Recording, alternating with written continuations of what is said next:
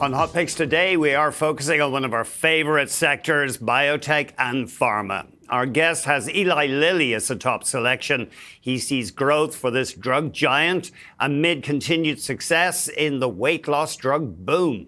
Let's get more from Geoff Meacham, Global Head of Healthcare at Citi. Geoff, thanks very much indeed for joining us. You do like the look of Lilly. Is it not a real threat, though, that we're going to be seeing generic competition emerging in the semaglutide space? Great. Well, first of all, thanks for having me. Yeah, I think the market's big enough for multiple players, generics, and branded drugs. But I wouldn't worry about, generic semaglutide. I do feel like with Lilly's injectable business, Zepbound and Mounjaro are both growing nicely. But also, orforglipron is really one of the reasons why you want to own this stock is their pill, which is going to launch, in a maybe an April timeframe. I think it's going to really dominate. That, of course, is a pill weight loss drug. That's correct. Yeah.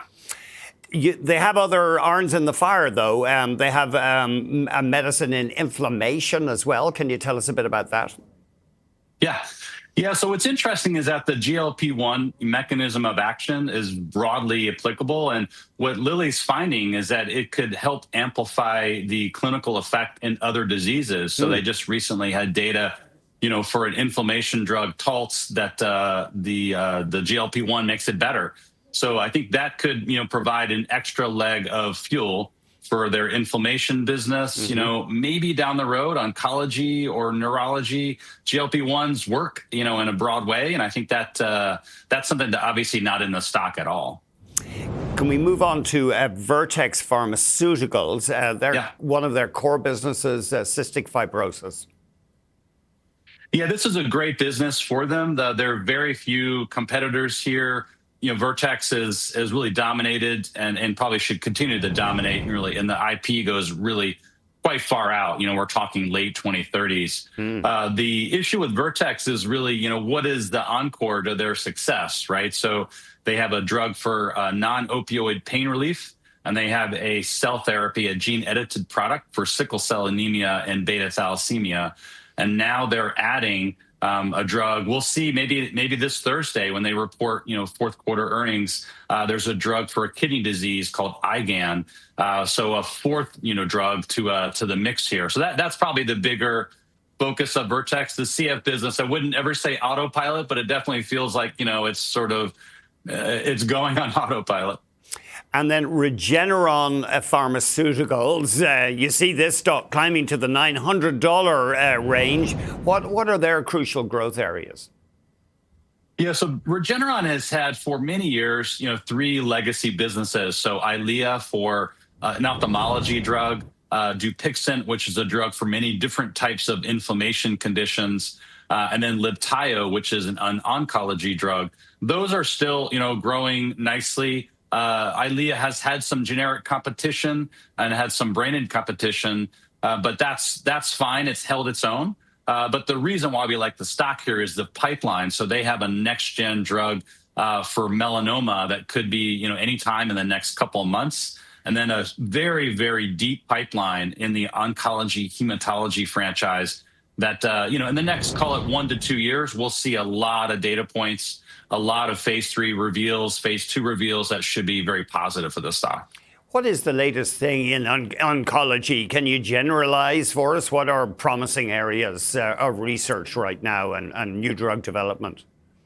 Yep. Yeah, there are a couple different technologies that have been used.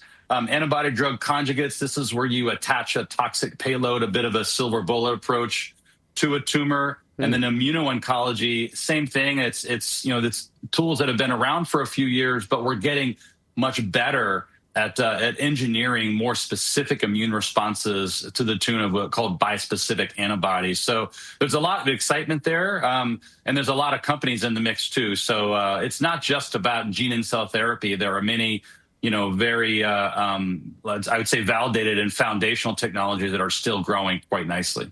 And a company like Regeneron, what's a crucial driver? I mean, they obviously want to get a blockbuster. Everybody does. Would they ultimately get taken out if their product is big enough? It's a great question. Yeah, it's one of the bigger, larger cap biotechs by market cap, but they have a very deep science, a great technology platform, and they're in multiple areas. So I think the big driver here would just be turning the data card over on many different things in the oncology hematology pipeline, but also the inflammation pipeline. Those are the two core areas for them. It's not that that they need more, but I think they have so many assets that are in early to mid development that are really kind of could be groundbreaking. We'll have to see. Sorry, what do you mean by turn the data card over?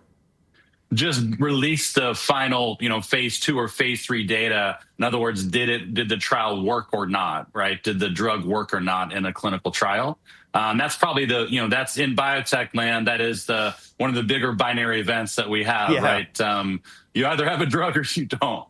Yeah, it's amazing how it's so volatile. It's a binary outcome. Yeah.